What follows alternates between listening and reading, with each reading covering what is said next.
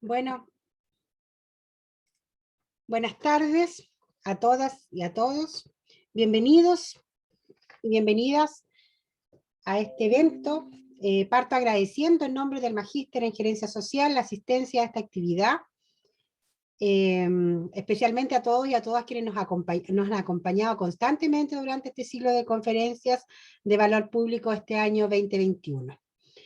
Recordar que el Magíster de Gerencia Social del Departamento de Trabajo Social de la Universidad de la Frontera ha venido desarrollando desde el año pasado un importante ciclo de conferencias que han sido denominadas como conferencias con valor público y que tienen por finalidad dar a conocer el quehacer de nuestros graduados en distintos ámbitos donde se desempeñan, como también de algunas invitaciones especiales de conferencistas internacionales. El día de hoy nos acompaña el señor Fernando Toro Ayala, magíster en Gerencia Social, quien expondrá Consumo de drogas y perspectiva cultural, desafíos para la política pública. Nuestro expositor dispone de 30 minutos, ya les pedimos que las preguntas dirigidas a él, por favor, sean emitidas a través del chat. Nosotros desde ahí seleccionaremos las preguntas y se las haremos llegar a nuestro expositor. Nuestro expositor, Fernando Daniel Toro Ayala, es antropólogo, licenciado en Antropología de la Universidad Católica de Temuco, magíster en Gerencia Social de la Universidad de la Frontera, tiene, digamos, una experiencia profesional en la Fundación Nacional para la Superación de la Pobreza, la Municipalidad de Quinta de Tilcoco, el Servicio Nacional para la Prevención del Consumo de Drogas y Alcohol, y es integrante del equipo de investigación, elaborador de la propuesta de incorporación de un enfoque de interculturalidad en la implementación de estrategias de prevención del consumo de drogas y alcohol. Durante los 2 últimos años ha presentado las siguientes presentaciones: fortalecer el manejo conceptual y teórico de la interculturalidad para el desarrollo de intervenciones preventivas a los profesionales Senda, región de la Araucanía, y en el curso Competencias Interculturales para profesionales del programa Senda, previene de la región de la Araucanía.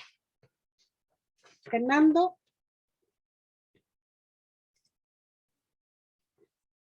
Te doy la palabra.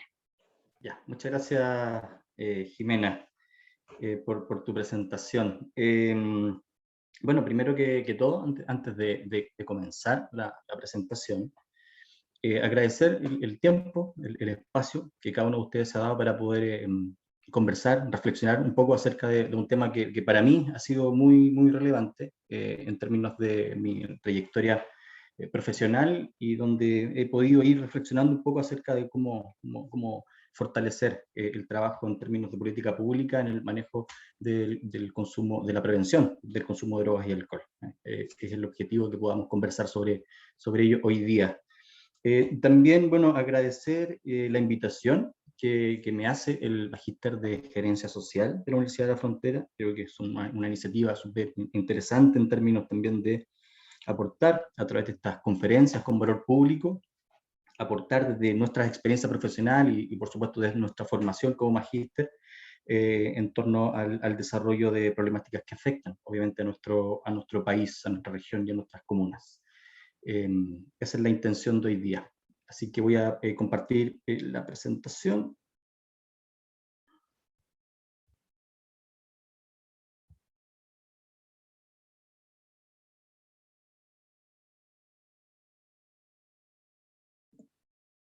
¿Me confirmas, Jimena, que se ve Se bien? ve perfecto. Ya, perfecto.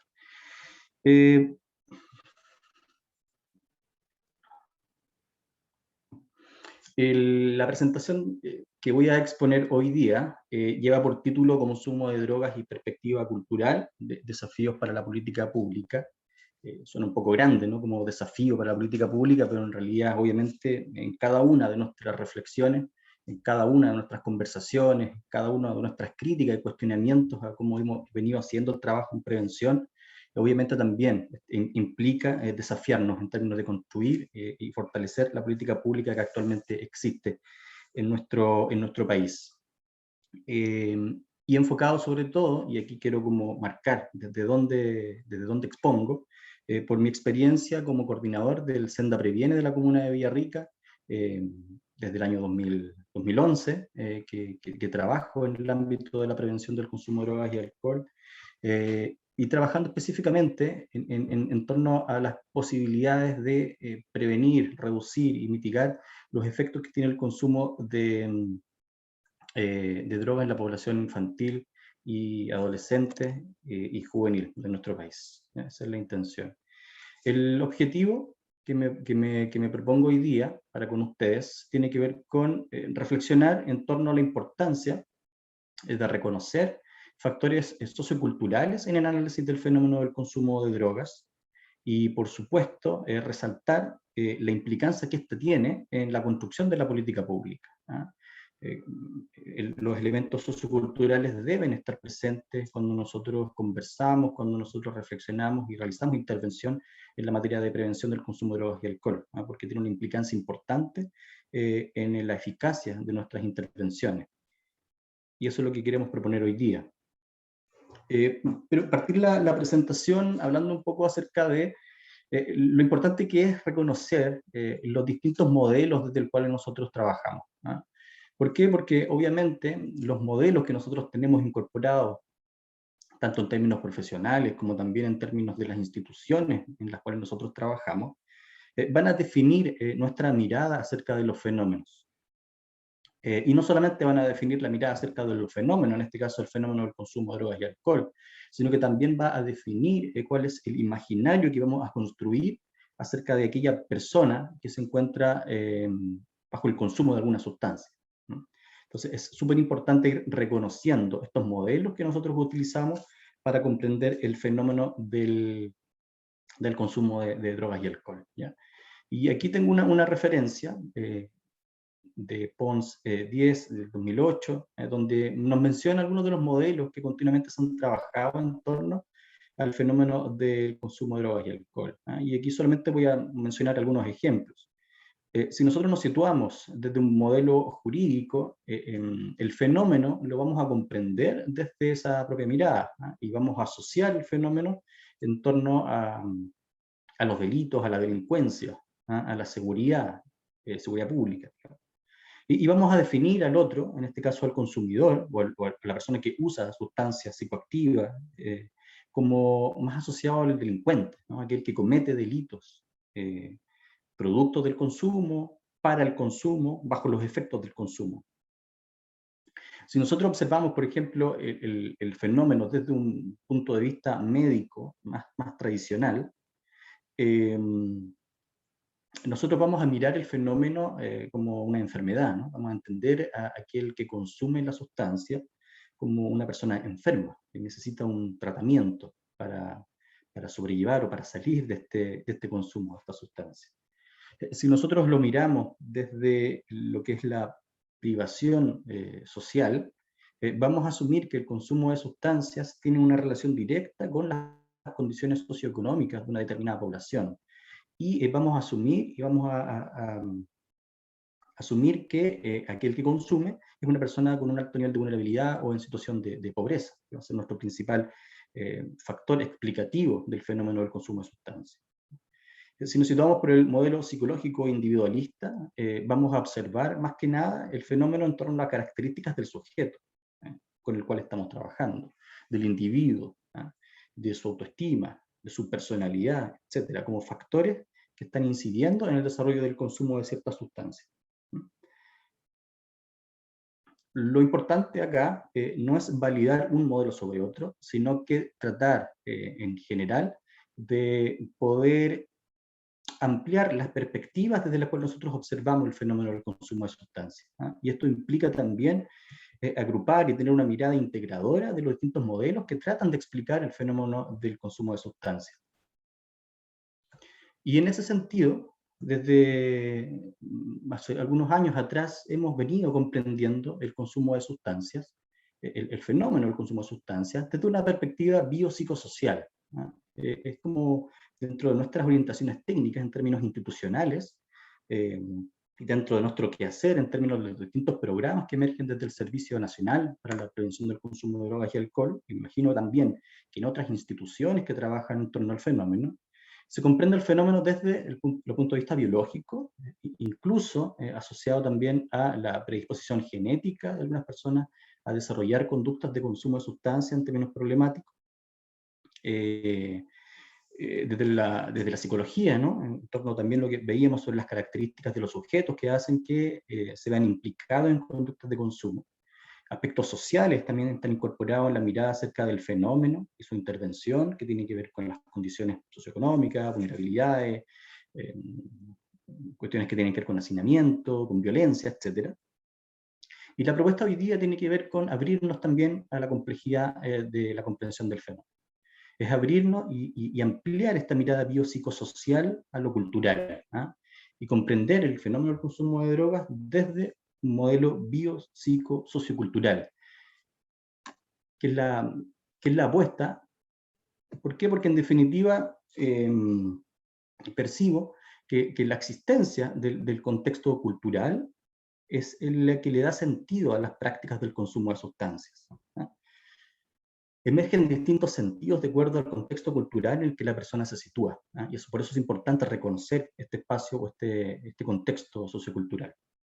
Y por otra parte, es porque en el espacio, en el territorio, donde nosotros nos asentamos, donde vivimos cotidianamente, van a emerger factores de riesgo y protección específicos que están también asociados a nuestra propia diversidad cultural y a las relaciones interculturales que están presentes en el territorio.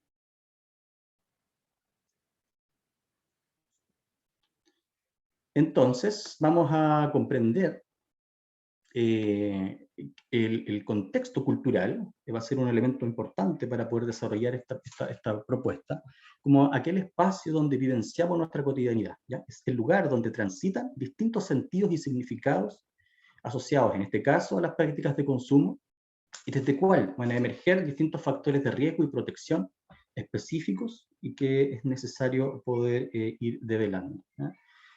Tal como menciona Apauray 2001, vamos a comprender más allá de la cultura como aquellas características o elementos asociados a un grupo social determinado, vamos a comprender la cultura como una dimensión donde se van a ir reflejando diferencias, contrastes, comparaciones, y es decir, distintos sentidos que asoman en torno al consumo de sustancias, ¿ya? Los sentidos que nosotros les damos al consumo tienen que ver con elementos culturales, esa es la apuesta. Y si bien no podemos asociar ciertos consumos a ciertas poblaciones, no es nuestro rol asociar, por ejemplo, consumo de marihuana con adolescencia, consumo de alcohol, sector rural, consumo de medicamentos sin receta médica a mujeres adultas, etc. Si bien no podemos hacer esta relación en términos de consumo vinculado a ciertas poblaciones, lo que sí podemos hacer es poder reconocer el contexto sociocultural y la existencia de significados culturales asociados a las prácticas del consumo en esos contextos, ¿no? Eso es lo que sí podemos hacer en términos de profundizar nuestros conocimientos en torno al fenómeno y también a través de esta profundización del conocimiento poder insumar, aportar a la construcción de una política pública con esta mayor complejidad, ¿no? La idea es complejizar la realidad y no simplificar el fenómeno del consumo en términos de causas y efectos. Y en esa comprensión, desde el punto de vista cultural o desde la perspectiva cultural, yo hoy día quiero presentar tres elementos que me parecen interesantes, al menos de poder reflexionar hoy día, de que también ustedes puedan al final de la presentación darnos sus propios comentarios u opiniones, pero que son interesantes en términos de cómo podemos incorporar el tema o el ámbito cultural dentro de la comprensión del fenómeno del consumo de sustancias. Lo primero es la necesaria comprensión del uso ritualizado de sustancias psicoactivas en población indígena. Yo creo que hay un tema súper interesante en términos del desarrollo del conocimiento para quienes trabajamos en el área, de cómo comprendemos el sentido que tiene el consumo de sustancias o que tenía el consumo de sustancias psicoactivas desde una mirada étnica, ¿ah? Vinculado a población, pueblos indígenas. Va a ser súper interesante ir como construyendo esa mirada.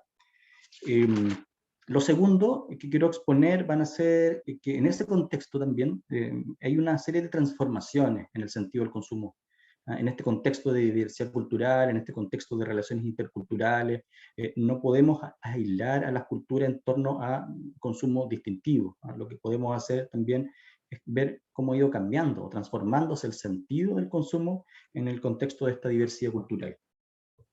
Y por último, también es un tema que es de interés importante en el marco de la perspectiva cultural, es cómo se ha ido construyendo también el imaginario del sujeto consumidor y cómo nosotros, desde el sentido común y desde la institucionalidad o desde la academia, incluso podemos también ser parte de esa construcción del imaginario del sujeto consumidor, donde no estamos exentos de generar prejuicios, estigmas, estereotipos, que lo que hacen es dificultar las intervenciones en esta materia, ¿ya? Entonces, la apuesta es poder, primero, contar con esta perspectiva cultural y abordarla en estos tres fenómenos. El primer fenómeno dice relación con el uso ritualizado de sustancias psicoactivas en población indígena. Y aquí quiero hacer una breve introducción que tiene que ver con dejar en claro ciertas cosas, ¿ah? También desde mi perspectiva profesional e institucional.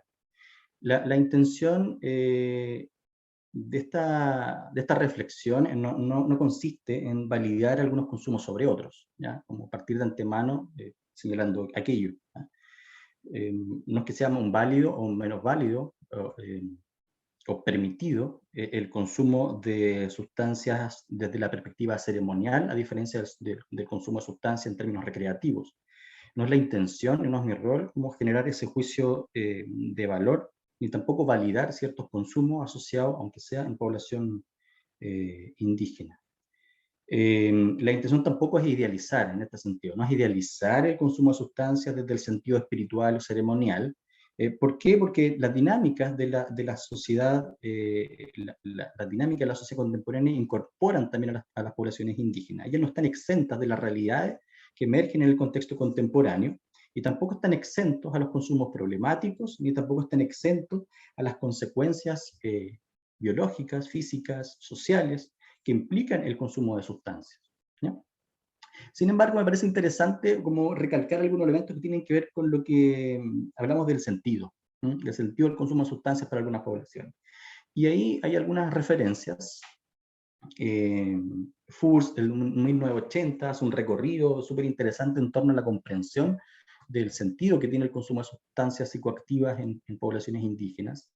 Lynch, el año 2008, realiza una investigación interesante en población indígena del Chaco, en el límite entre Paraguay y Argentina, y habla él de tribus Huichi, Chorote y Tibacle, y la utilización de la planta Seville para ser utilizada en torno al contacto con espíritus y al viaje chamánico, ¿no? Ahí tenemos una referencia. Herreros, el año 2013, hace una investigación, también un estudio de chamanes siberianos y la utilización de la manita muscaria, ¿ah? Un hongo también que es utilizado en ese contexto, también se señala por chamanes, para también generar este viaje chamánico, menciona él, y esta relación en términos más espirituales.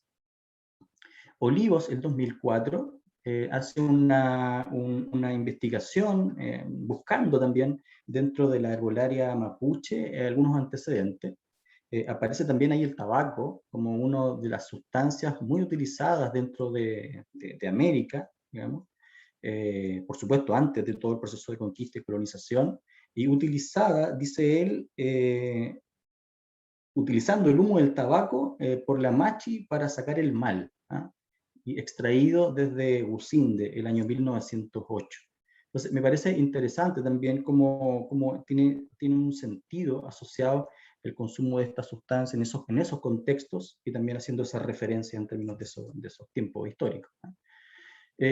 La cita que expuse ahí tiene que ver también con esto, ¿no? Y habla de que casi la totalidad de los más antiguos grupos y tribus de cazadores y recolectores, y en diferentes lugares del planeta los científicos han ido descubriendo el uso de algún tipo de sustancia psicoactiva acompañado de cultos mágico-religiosos, actividades médico-terapéuticas, ¿no? Podemos encontrar, yo creo, en gran parte de las poblaciones indígenas el uso de estas sustancias. Y aquí suelo recalcar 4 elementos que me parecen que son transversales a esta mirada, ¿no? Se plantea, por ejemplo, desde el consumo ceremonial, se plantean los conceptos de sanación, se plantea el concepto de espiritualidad, y algo que me parece súper interesante también, que tiene que ver con el control cultural. En estas sociedades, de acuerdo a las investigaciones realizadas, este consumo se basaba en ciertas personas que tenían ciertos roles al interior de las comunidades.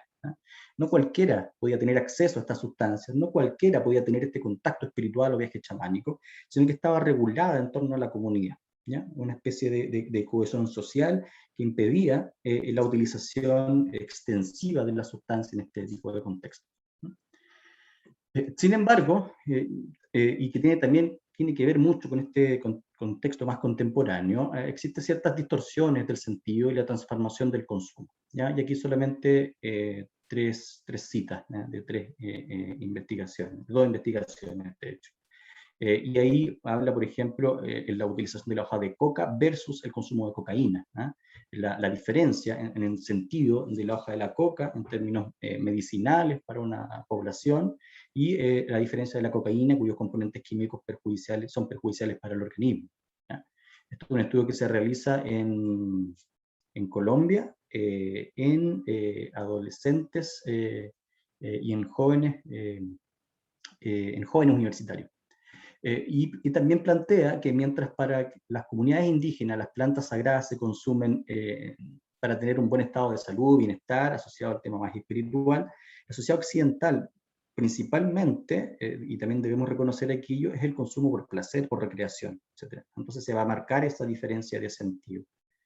Y por último, en una investigación realizada aquí en la región de la Araucanía, en población mapuche, habla de que el consumo tradicional de bebidas fermentadas conforma un escenario de riesgo. Ya empezamos a hablar del riesgo en la medida que estas prácticas se actualizan, pero se encuentran desprovistas de sentidos y marcos regulatorios. Se utilizan en procesos de interacción cotidiana más que en contextos ceremoniales. Entonces me parece súper interesante de comprender cómo el sentido del consumo de sustancias se ha ido modificando, y cada vez lo asociamos más a un consumo vinculado al riesgo y al consumo problemático, ¿ya? Que es también un elemento que vamos a ir trabajando a través de la presentación. Y aquí hay otros elementos. Yo me voy a referir, y ahí pido disculpas en términos de mis ejemplos, pero obviamente los ejemplos van a salir de esta región principalmente, porque mis ejemplos están basados también en algunas investigaciones realizadas en población mapuche, ¿ah? De esta región de la Araucanía. Y aquí hay 3 elementos que me parecen súper interesantes en el análisis que nosotros podemos hacer como personas que intervenimos, que investigamos, que simplemente queremos obtener más conocimiento en torno a cómo se generan estos procesos de consumo de sustancias en la población, ¿ya? El primer elemento que quiero rescatar y que y que es un fenómeno cultural, tiene que ver con el denominado trauma colectivo transgeneracional, ¿ya? Hace referencia principalmente al trauma colectivo infligido a un grupo de personas que comparte una identidad o afiliación, que se caracteriza por su legado transgeneracional de estos eventos traumáticos, y que se va a expresar a través de diversas respuestas psicológicas y sociales. Cuando nosotros analizamos el consumo de sustancias, cuando nosotros analizamos problemas vinculados a salud mental en el contexto de poblaciones indígenas, no podemos nunca dejar de lado estos elementos que son súper interesantes en el análisis, en la comprensión del fenómeno del consumo de sustancias, ¿ya? Y aquí quiero invitar también a conocer y a reconocer un trabajo bien importante en esta área. En el 2008, González, Simón y Jara en el 2010, realizaron un estudio que planteaba la tendencia en el aumento del suicidio en jóvenes indígenas, ¿ah? Claro, pasamos al suicidio como elemento, no hablaba directamente del consumo de sustancias, pero sí está enmarcado dentro de problemas asociados a salud mental, ¿ya? Y este aumento del suicidio en jóvenes indígenas no se plasmaba solamente en Chile, sino que también habían en otros países. Ellos hablan de Canadá, hablan de Australia, hablan de Estados Unidos. En el 2007 hay un estudio realizado en el Alto Biobío, Insulza y Basualto, 2006-2007, donde ellos detectan a través de los sistemas informáticos de salud que la principal causa de muerte en el Alto Biobío había sido el suicidio, ¿ya? Y eso emerge también la importancia y la necesidad de preguntarse por qué estaba pasando esto en este lugar. Descubrieron también que la tasa de suicidio en el Alto Biobío era de 42,64 por cada 100.000 habitantes, a diferencia en ese momento de la tasa a nivel nacional, que era de 11,6 por cada 100.000 habitantes. Hay que recordar también, en este contexto regional, que el Alto Biobío, hace un tiempo atrás, fue una de las primeras manifestaciones, digamos, de la instalación de las represas en territorio mapuche. Tuvo gran revuelo mediático este proceso, sobre todo por las personas que se oponían a salir de este espacio, de este territorio, por la instalación de estas represas. Fue muy fuerte en ese periodo, ese proceso de instalación que duró muchos años de negociaciones, pero también muchos años también de de estar en un permanente conflicto, en este caso entre la represa, el Estado y el pueblo mapuche. Y entonces, ¿qué se plantea acá? Bueno, que los suicidios en jóvenes indígenas tienen diferencias con respecto a los suicidios en las culturas dominantes. Eso es lo primero que revelan estos estudios. Y que el resultado de esto es la necesidad de observar el suicidio en pueblos indígenas desde un enfoque comunitario, tanto desde la cosmovisión mapuche como también desde el trauma histórico de colonización. Y que los suicidios en ese contexto estaban enmarcados también dentro de esa dinámica o de ese fenómeno. Y que tiene que ver también, y estos estudios lo mencionan, con el desequilibrio generado en términos de la desvinculación o desintegración de la comunidad, como también del daño a la naturaleza, que también genera un desequilibrio desde la cosmovisión mapuche y que impacta fuertemente la salud física, pero sobre todo la salud mental. Y es una de las explicaciones que los autores señalan en torno a los altos índices de suicidio en este territorio, ¿no? Alto Biobío, en la región del Biobío, hacia la cordillera. Otro elemento que me parece interesante, y quizás voy a ir un poquito más rápido, tiene que ver con comprender el consumo de alcohol en el contexto también de la población indígena como parte de un proceso de colonización. Ya lo mencionan acá también Zambrano y Garcés en su estudio del 2019. El consumo de alcohol en esta región se relaciona con dinámicas de conquista y colonización del territorio, en las que el alcohol fue utilizado como un instrumento para la ocupación y la apropiación de este territorio. Entonces, cuando muchas veces se habla y se relaciona el consumo de alcohol con la población mapuche, en términos de los estereotipos construidos y generados desde la propia sociedad, tenemos que tener en cuenta esto, que fue parte del proceso de ocupación. El novelista Samuel Lillo, a principios del siglo XX, en términos de su experiencia en la región del Biobío, en este caso, lo plantea de la siguiente manera: dice, presencié los abusos y despojos de los mismos terratenientes que por un vaso de alcohol o una falsa promesa halagadora arrebataban al mapuche, inocente y confiado, sus tierras y sus rebaños. Citas como esta son numerosas dentro de la literatura. Jorge Pinto también en su último libro, El historiador, Premio Nacional de Historia, también lo menciona, en términos de cómo el alcohol también es un instrumento de colonización de este territorio, y explica o puede explicar como uno de los factores el consumo de alcohol en estas poblaciones. Y lo último tiene que ver con reconocer los procesos migratorios y la emergencia de factores de riesgo y protección en este contexto. ¿Ya? Un Chile mucho más diverso, y aquí no hablo solamente de población indígena, sino que también hablo de población inmigrante. Los procesos o las estrategias de culturación que tiene el migrante, como lo plantea Berry en 1980, son súper interesantes en términos de comprender la existencia o no de factores de riesgo y factores de protección. solamente hablar en estas 4 estrategias que él propone acá: integración, asimilación, separación y marginación, que él dice que la marginación es cuando el sujeto que proviene de otro lugar rechaza la identidad y la cultura de acogida, pero también rechaza la identidad y cultura de origen, quedando en un limbo que obviamente redunda o repercute en problemas asociados a salud mental. Cómo observamos nosotros, cómo miramos estos fenómenos, también es interesante desde el marco de la construcción del fenómeno, pero también en términos de la política pública. Un elemento que mencioné anteriormente, que tiene que ver también con esta construcción del sentido que tiene el consumo de sustancias en nuestra población, tiene que ver con la aparición del consumo o del fenómeno del consumo de drogas como un problema. Hay muchos autores que plantean que el consumo de drogas comienza a ser un problema entrando en el siglo XIX, ¿ya? Con el surgimiento del Estado moderno, se empieza a hablar del consumo de drogas en general como un problema. ¿Eh? Y aquí hay 3 elementos que quiero rescatar solamente, mencionarlos. Que lo primero tiene que ver con que existe durante este periodo una masificación en el consumo. ¿Ya? Hay mayores rutas, mayores posibilidades de acceso, hay mayores posibilidades de tránsito, y que implica una masificación del consumo de distintas sustancias. Solamente en la Convención de La Haya en 1912 se empiezan a regular, por ejemplo, el tráfico del opio, cocaína, heroína y sus derivados. Hablamos ya entrando al siglo XXI.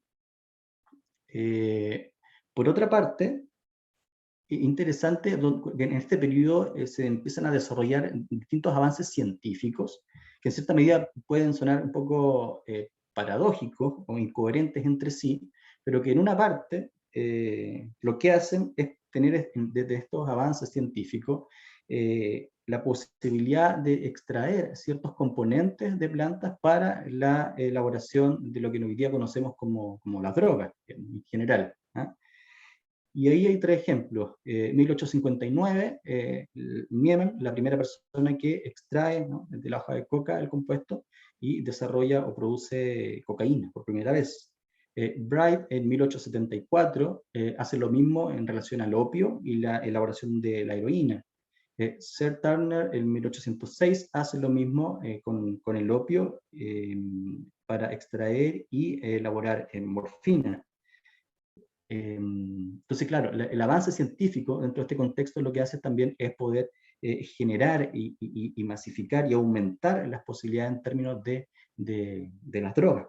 ¿Mm? Es interesante en la medida que estas sustancias creadas, elaboradas desde la medicina, digamos, son pensadas en términos médicos, ¿ah? Son pensadas para paliar ciertas situaciones o paliativos del dolor. ¿Ah? Hay que pensar en cómo se podían desarrollar las operaciones en ese contexto y el dolor que infligía a la persona el someterse a una operación, por ejemplo. Y estas sustancias son incorporadas como paliativos del dolor, e incluso la heroína, cuya comercialización comienza en el 1897, nace como un sustituto seguro para la adicción a la morfina. ¿Ah? Entonces, obviamente se desarrolla en términos científicos este proceso, pero por otra parte, la ciencia también nos aporta en torno a evidenciar cuáles son las consecuencias físicas, biológicas y sociales también del consumo de estas sustancias. ¿Ah? Por una parte se produce a través de la ciencia, pero por otra parte la ciencia nos dice que estas sustancias que se producen son dañinas también para la salud de las personas. ¿Sí? Y lo último tiene que ver con las características de la sociedad moderna. Ya hay muchos autores que asocian el consumo de drogas en el contexto de la sociedad moderna a bueno, las características de la modernidad. Globalización, tecnificación, mayor comunicación, hablamos también específicamente de una mayor individualización del sujeto, la idea de progreso, la revolución industrial, son elementos que también son antecedentes donde las personas buscan, a través del consumo de ciertas sustancias, poder soportar situaciones de estrés, angustia, depresión, etc. Y por eso es interesante cómo se reconoce el consumo de sustancias como un problema, ¿ya? Y un problema en general, ¿no? Desde el principio pensarlo como un problema moral, a pensarlo también como un problema en términos sociales, de salud pública y de seguridad pública. Para ir cerrando, la última idea que yo quisiera dejar para la reflexión tiene que ver con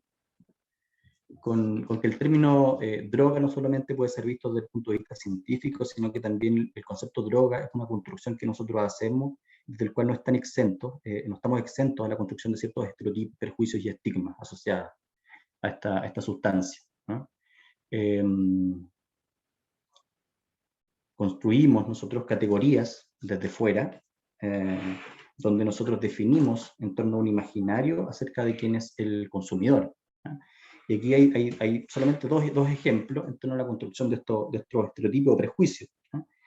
Bravo Viveros menciona en su texto, dice: las mujeres han quedado circunscritas a la imagen de la mujer adicta, la cual aglutina un triunvirato de imágenes sociales, como la mala madre, la delincuente y la prostituta, ¿ah? Son prejuicios que se desarrollan y que obviamente generan un impacto importante en términos de la relación que la gente establece con las personas que tienen consumos y consumos problemáticos, pero también generan importantes impactos en torno a las posibilidades eficaces en intervenciones sociales vinculadas a estos contextos, ¿no?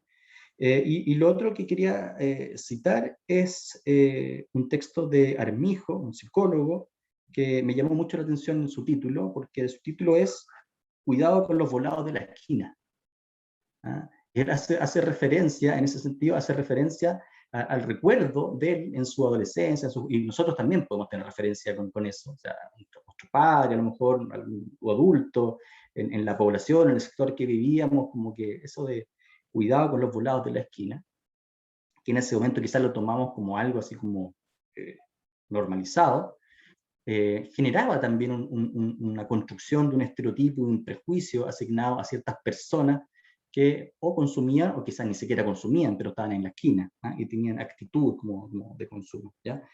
En definitiva, la construcción de estas categorías desde fuera son culturalmente construidas, pero son construidas en base a una mirada superficial de la realidad, ¿ya? Y que definitivamente tienden a ser compartidas por la sociedad sin una mayor reflexión.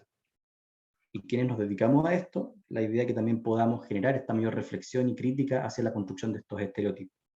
Y por otra parte, lo único que gana con esta construcción de estereotipos, prejuicios y estigmas es la producción de discriminación, exclusión, la separación entre nosotros y ellos, y desde esta lógica, por supuesto, se van a dificultar mucho los procesos de intervención, tanto en prevención como en el área de tratamiento, ¿no? Teniendo como ese panorama, esas tres líneas de reflexión y posibles también desarrollos de estudio, investigaciones y acciones que nos permitan profundizar en ello, cuando yo hablaba de los desafíos para la política pública, aquí hay algunas preguntas que quisiera como que fuéramos respondiendo quienes trabajan en este ámbito y quienes también se dedican en el plano de la investigación, ¿ah?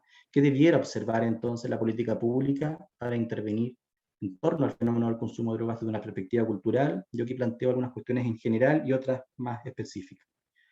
En general, bueno, si nosotros tenemos o contemplamos la existencia de diferencias culturales en términos de prácticas de consumo, ¿ah? Si estamos claros de que el consumo tiene distintos sentidos de acuerdo al contexto cultural en que se desarrolla, la pregunta es, ¿debemos generar un solo tipo de prevención? ¿Qué vamos a prevenir? ¿Ah? ¿Vamos a hacer una prevención en general o vamos a tratar, de acuerdo al contexto cultural, hacer prevención más específica? Los mensajes en términos preventivos, incluso en términos de promoción, tienen que apuntar directamente al objetivo con el cual nosotros trabajamos, ¿no? No es el mismo mensaje hacia un joven consumidor de marihuana, adolescente consumidor de marihuana, que el mensaje que le podemos entregar a un adulto con consumo problemático de alcohol o a una mujer con consumo problemático de medicamentos. Debiésemos también contextualizar nuestro discurso en torno al reconocimiento de cuáles son los elementos que están en el territorio generando consumos problemáticos de sustancias. Lo segundo es reconocer factores de riesgo y protección asociados a las relaciones culturales en el contexto de diversidad cultural que tenemos en nuestra región y en nuestro país. Y preguntarnos cómo la discriminación, cómo la exclusión, cómo los prejuicios se constituyen en factores de riesgo asociados al consumo de sustancias en la población adolescente. ¿Cómo miramos aquello nosotros en esta sociedad donde tenemos diversidad cultural, pero obviamente enmarcado también en ciertas relaciones de poder? Y lo tercero, en general, tiene que ver con profundizar en el sentido de las prácticas de consumo de distintas sustancias. Aquel que consume marihuana no le da el mismo sentido a aquel que consume pasta base o aquel que consume cocaína. Más allá, o unido a entregar herramientas asociadas a la prevención del consumo de sustancias o a enfrentarse al consumo de sustancias, sería súper interesante que nosotros pudiésemos también reflexionar y acercarnos al sentido que emerge profundo desde las personas que consumen las sustancias para poder desde ahí trabajar en términos de tratamiento o en términos de prevención. Y en específico, y con esto voy terminando, en términos personales y profesionales y de acuerdo a la experiencia desarrollada en el marco del servicio, sería súper interesante enfrentarse al desarrollo de distintos proyectos que tienen que ver con intervenciones, pero también con investigación.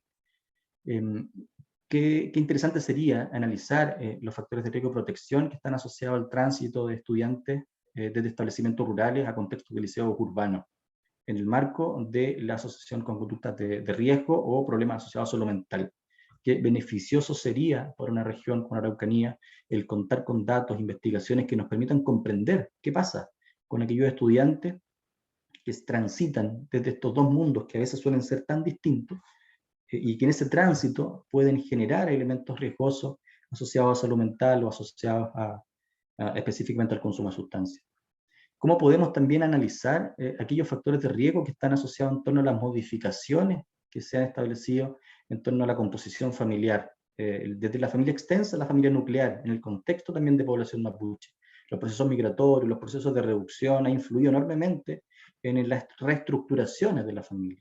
¿Qué implica para una comunidad mapuche o para la familia mapuche el pasar desde una familia extensa a pasar a una familia nuclear? ¿Qué implica en términos de competencias parentales, en términos del desarrollo de, sobre todo, los niños, niñas y adolescentes de esa familia? Y por último, es algo que también planteo en el marco de mi tesis de magíster en gerencia social y que tiene que ver con la importancia del fortalecimiento de la identidad del niño, niña y joven mapuche como un factor protector en torno a problemas asociados a salud mental. Es indudable que mientras una mayor identidad, un mayor reconocimiento de mi identidad, hay menores probabilidades de desarrollar conductas de riesgo, en este caso asociadas al consumo de sustancias.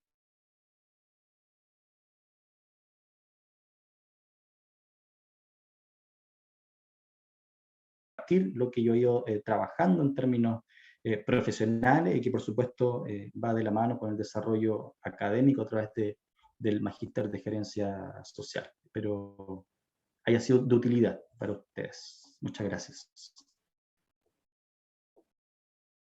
Muchas gracias, Fernando. Tengo algunas preguntas. No sé si te las voy haciendo de a una o... Tengo dos preguntas, te hago las dos y contesta. Ya. ¿Sí? Ya. La primera es, ¿cuáles son los elementos del contexto cultural mapuche que podrían incidir en el consumo de marihuana en el caso de la región en los estudiantes de enseñanza media? Y la pregunta número 2 dice, ¿existe diferencia en el consumo de marihuana según el género en la población adolescente en la región de la Araucanía? Ya, voy a partir por la segunda, que tiene que ver con el consumo de marihuana en la población adolescente. Bueno, los últimos estudios desarrollados por el servicio plantean que hay una mayor preponderancia al consumo de marihuana en población de varones, de hombres. Lo plantea en ese sentido. Sin embargo, los últimos estudios también plantean que los consumos se empiezan a igualar en relación al género. En el caso del consumo de alcohol, por ejemplo, hay un mayor consumo en mujeres que en hombres. Eso también es súper importante de relacionar. Pero el consumo de marihuana, si bien hasta el momento se ha mantenido, como los hombres como los principales personas que consumen, las mujeres han tenido también un desarrollo importante en términos del consumo de esta sustancia, como otras también. Y eso lo explican, bueno, la única forma o la principal forma de explicarlo a través de la revisión de estos estudios que realiza el servicio, estadísticos, digamos. Bueno, y la primera, el consumo de marihuana, ¿cuáles son los principales factores asociados? Bueno, yo creo que planteándolo desde una perspectiva cultural, yo visualizo algunos factores que son importantes y que tienen que ver con el territorio en el cual yo estoy, que es Villarrica. Villarrica es una comuna que está ubicada en la zona lacustre de nuestra región, y una de las características principales que tiene nuestra ciudad es que está dedicada en términos productivos principalmente al área del turismo, ¿no? Y el turismo yo lo comprendo como una actividad económica productiva que por supuesto, y debo dejar en claro, que genera muchos beneficios para nuestra comuna. Hay muchas familias que logran mantener el hogar a través del turismo, que se ha visto muy dificultado en el último tiempo. Pero el turismo también forma parte de estas relaciones interculturales, de esta manifestación también del encuentro de distintos sentidos asociados a ciertas prácticas. Y muchas veces el turismo más vinculado al carrete, digamos, a la diversión, al esparcimiento, etcétera, lleva también incorporado al consumo de ciertas sustancias. Entonces, yo creo que en adolescentes de la comuna de Villarrica, el turismo también tiene un alto impacto en el desarrollo de estas sustancias. En el programa también lo hemos visto. Hay inicios de consumo que se dan durante el periodo del verano, enero y febrero, y que se dan dentro de contexto de recreación, espacio, tiempo libre, carrete, etcétera, pero que lamentablemente se van a mantener durante el tiempo, ¿ah? Porque también se genera como la necesidad del sujeto de seguir con estas mismas prácticas, como asociando, como copiando un poquito este estilo de carrete o de diversión. Y lo segundo tiene que ver también con lo que planteaba en términos de la necesidad de fortalecimiento de la identidad mapuche, ¿ah? Aquellos estudiantes que tienen una mayor cercanía a su identidad, aquellos estudiantes mapuches que tienen una mayor cercanía a su identidad, tienen menores probabilidades de desarrollar conducta de consumo de marihuana, ¿ah? Es un trabajo que hice en mi tesis, que implica que es súper necesario, por eso lo planteé al último también, el fortalecimiento de la identidad, ¿no? Y distintos otros aspectos que tienen que ver con el barrio donde viven, ¿ah? La predisposición al consumo en términos de las poblaciones, si existe o no existe tráfico, si existe o no existe consumo en el sector donde viven, etcétera. Son distintos factores que van a ir incidiendo en el desarrollo de la conducta de consumo en la población adolescente, ¿ah? Pero más que señalar factores en general, yo creo que el análisis que yo tengo es factores asociados más al contexto en el que yo me desempeño, y que la idea es que cada uno de nosotros también va identificando factores que van a ser distintos quizás, ¿eh? En una comuna como Temuco, por ejemplo, con un alto nivel de educación, de instituciones de educación superior, el contexto de consumo tendría que ser distinto, ¿eh? Las dinámicas de consumo al menos tendrían que ser distintas. Y no, quizás no nos vamos a diferenciar en términos de estadísticas de consumo. Quizás Villarrica y Temuco tienen el mismo consumo de sustancias, pero los factores que inciden en Villarrica van a ser distintos, creo yo, a los factores que van a incidir en comunas como Temuco, porque son culturalmente muy distintas. Ok, gracias. Y tengo otra pregunta que dice, si es partidario de una prevención de drogas con perspectiva cultural, es decir, una política de prevención para mapuche y no mapuche, o sea, diferenciarlas. No, hablar de una perspectiva cultural. A ver, primero que eso es la distinción. Yo creo que una política pública debe ser para todos, ¿ya? Y no hacer una distinción entre políticas públicas destinadas a ciertas poblaciones a diferencia de otras, ¿ah? Y ha pasado mucho, por ejemplo, con la educación intercultural bilingüe, ¿ah? Y lo vemos hoy día también en el contexto de esta nueva constitución que se está conformando. Y que estuvo muy asociada a generar estrategias de educación intercultural solamente en sectores rurales con población mapuche, donde el resto de la población pareciera que no debiese ser intercultural, ¿eh? Que no debiese conocer aquí. En el caso de la política en términos del consumo de droga, yo creo que no hay que generar políticas distintas, pero sí hay que estar atentos a los factores culturales que inciden en el desarrollo de conductas de consumo, ¿eh? No voy a pensar en que el consumo en sustancia va a ser distinto en la población mapuche, pero sí voy a pensar de que los factores de riesgo y de protección en el contexto de población mapuche pueden ser distintos a los factores de riesgo asociados a otro tipo de contextos, y que tienen que ver con la relación que se establece entre ambos horizontes culturales. Ok, gracias. Y tengo otra pregunta que dice, ¿se aprecian diferencias en los jóvenes del sector rural y urbano en lo que es la percepción del tráfico? Hay diferencias que son interesantes de seguir investigando y analizando. Yo creo que hay que profundizar mucho en torno a aquellas diferencias. Cuando nosotros miramos los espacios rurales, a diferencia de los espacios urbanos, vemos que existen una cantidad de factores protectores súper interesantes que a veces no observamos. Hay una mayor vida en términos de comunidad, familia, hay una mayor cercanía, por ejemplo, de los estudiantes a su establecimiento vocacional, y una especie de comunidad establecidas ahí. Hay una cultura que en definitiva está incorporada dentro de la cotidianidad del sujeto, a diferencia del contexto urbano, donde los adolescentes también están insertos de un contexto mucho más diverso, de una mayor oferta, digamos, del consumo de sustancias, ¿no? Esto no tiene que ver tampoco con idealizar lo rural por sobre lo urbano, ¿no? Lo rural también tiene factores de riesgo también asociados al consumo de alcohol, a los clandestinos, a la utilización del alcohol en términos también de celebraciones, contextos asociados a campeonatos de fútbol, etcétera, ¿ah? Al consumo de alcohol temprano en niños, niñas y adolescentes, ¿ah? Yo creo que lo que hay que mirar más allá de qué espacio es más protector que el otro, es poder generar la reflexión en torno a esos distintos espacios, evidenciando distintos factores de riesgo y protección. Ok, muchas gracias. Quiero leer un mensaje que nos llegó a través del chat, agradecer la exposición de Fernando, así como el trabajo profesional desarrollado hace muchos años en la Municipalidad de Villarrica. El desafío de las instituciones es incorporar el conocimiento generado por los estudios y diagnósticos para ir actualizando los modos de intervenir en los distintos sistemas y subsistemas que forman nuestra sociedad. Saludos fraternos de mi parte, Jaime Beltrán Sáez, sociólogo y concejal de la comuna de Villarrica. Muchas gracias. Sí, agradecer a Jaime por también estar presente. Yo creo que es súper importante lo que plantea en términos de cómo el conocimiento que se va construyendo, que vamos construyendo juntos, también es percibido como algo positivo y válido en la implementación de estas políticas públicas, ¿ah?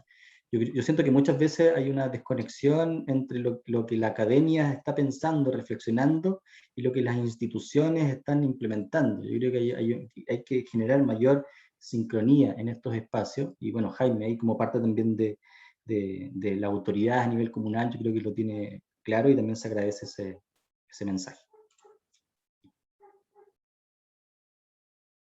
Ok, aquí tengo otra pregunta en el chat. ¿Cuál sería la estrategia adecuada para realizar una intervención en sectores rurales donde está normalizado el consumo de alcohol en distintas instancias? Saludos y gracias.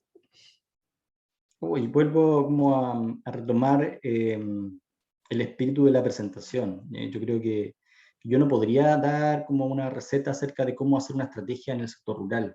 Yo creo que sería como, bueno, primero muy apresurado y muy arrogante de mi parte señalar qué estrategias deberían tomarse. El consejo que hago yo desde esta perspectiva es la importancia de reconocer el sector rural, ¿ah? Porque cuando yo hablo de sectores rurales, yo también tengo que mirar todo el país. O sea, yo puedo mirar la ruralidad en Villarrica, y esa ruralidad va a ser muy distinta a la ruralidad que puedo encontrar más al sur de nuestro país, o más al norte de nuestro país, o cerca de la región metropolitana, ¿ah? Y las dinámicas que se van a dar ahí en torno a factores de riesgo y protección van a ser distintas. Lo que sí coincido es que hay elementos que tienen que ver con esta normalización, pero no una normalización que nosotros le podamos achacar solamente a los sectores rurales. En lo urbano también, nosotros tenemos normalizado en general el consumo de sustancias, en este caso el consumo de alcohol, festividades, fútbol, celebraciones, etcétera, siempre está presente. Y muchas veces lo que hacemos es hablar del consumo normalizado en sectores rurales, cuando también en los sectores urbanos y en general en nuestro país el consumo de alcohol está bastante normalizado. Así que la idea, para responder un poco también en términos constructivos, es cómo nosotros podemos identificar cuáles son los factores que están incidiendo en esa normalización del consumo en el sector rural al que la persona pertenece. Gracias. Y una última pregunta, dice, ¿El estado del arte en lo que son las investigaciones en esta materia en nuestra región se realizan o no se conocen sus resultados?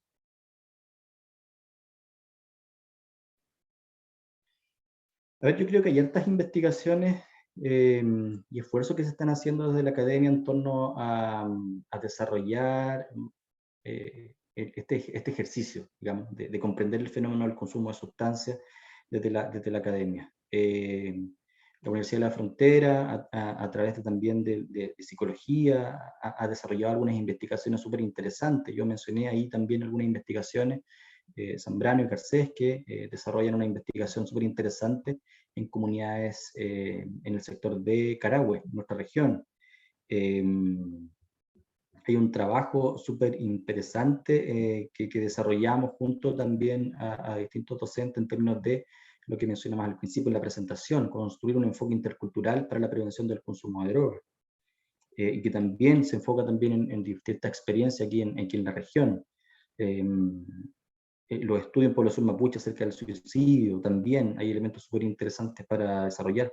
Yo creo que lo que pasa es básicamente lo que te mencionaba, que la academia avanza, yo creo que avanza en términos de reflexión y de poner el tema para poder hacer estas investigaciones, y lo que falta es fortalecer este vínculo con la institucionalidad, ¿ah? Para que la institucionalidad pueda reconocer en estas investigaciones, en estos estudios, elementos relevantes para desarrollar sus prácticas. Hoy me parece súper interesante que el Servicio Nacional, el SENDA, hable de la instalación de programas basados en la evidencia, ¿ah? Esa es como una de las estrategias desarrolladas en el marco de la estrategia nacional. Me parece interesante porque generar acciones basadas en la evidencia inmediatamente a mí me refleja la importancia que le dan a poner en práctica estrategias preventivas, primero que hayan sido investigadas y que también hayan sido probadas en otros contextos. Y es súper interesante porque ahí trabajamos también en el conocimiento. Hace poco también, el Senda, y le invito también a revisar, formó lo que se llama la Academia Senda, ¿no? Que tiene que ver también con esta formación constante de los profesionales que trabajamos en Senda, por una parte, pero también de toda la comunidad en general. Acceder a cursos, acceder a documentos. Yo creo que el servicio también está alerta en ese sentido a poder desarrollar este tipo de acciones y está fomentando estrategias basadas en la interculturalidad en nuestra región. Y eso es súper interesante. Y una interculturalidad que avanza mucho más hacia la comprensión de la cosmovisión de la población o del pueblo mapuche para el desarrollo de estrategias preventivas. Y no solamente en una mera traducción de textos, sino que avanzar en cómo las comunidades mapuche, el pueblo mapuche, comprende también su bienestar, comprende su equilibrio y comprende también la prevención de conductas de riesgo. Yo creo que hay un avance importante en el servicio, en la comprensión del fenómeno desde el punto de vista intercultural aquí en la región de la Araucanía. Ok, muchas gracias, Fernando. Bueno, agradecerte tu exposición y, digamos, y la respuesta a las preguntas y dejarnos también todas estas reflexiones respecto a este tema que es tan interesante y que también reviste tantas variables de tipo de salud, económicas, políticas, sociales, culturales. Así que agradecerte por eso, agradecer la participación de cada uno y de cada una de ustedes en esta exposición. Desde el Magíster de Gerencia Social, queremos aprovechar este momento también para dejarlos invitados, invitadas a todas y todas a nuestra próxima conferencia con valor público en el ciclo internacional, el día jueves 2 de septiembre a las 11 horas, que nos acompañará desde México, de la Universidad Autónoma Metropolitana, la académica María Eugenia Olavarría, con la conferencia Reproducción Médicamente Asistida y Parentesco. Se le hará llegar a todos y todas las invitaciones del correo del Magíster de Gerencia Social. Y a fines de septiembre, lo que son las conferencias con valor público en el ciclo nacional, desde la región de Aysén, del programa de bioremediación del Campus Patagonia de la Universidad Austral de Chile, nos acompañará Klaus Hennicke con la conferencia Conflictividad Ambiental en Botaderos Mineros del Lago General Carrera de Aysén. A cada participante le haremos llegar una constancia de participación a sus correos, ya a los que se inscribieron a través del formulario. En caso contrario, comuníquese por favor al correo del Magíster y para solicitar la constancia. Estas se les harán llegar durante la próxima semana. Muchas gracias de nuevo por su participación. Muchas gracias. Muchas gracias, que esté muy bien. Gracias, Fernando. Gracias, Jimena. Gracias a todas y a todos. Que tengan una muy buena resto de tarde. Nos estamos viendo. Chao, gracias.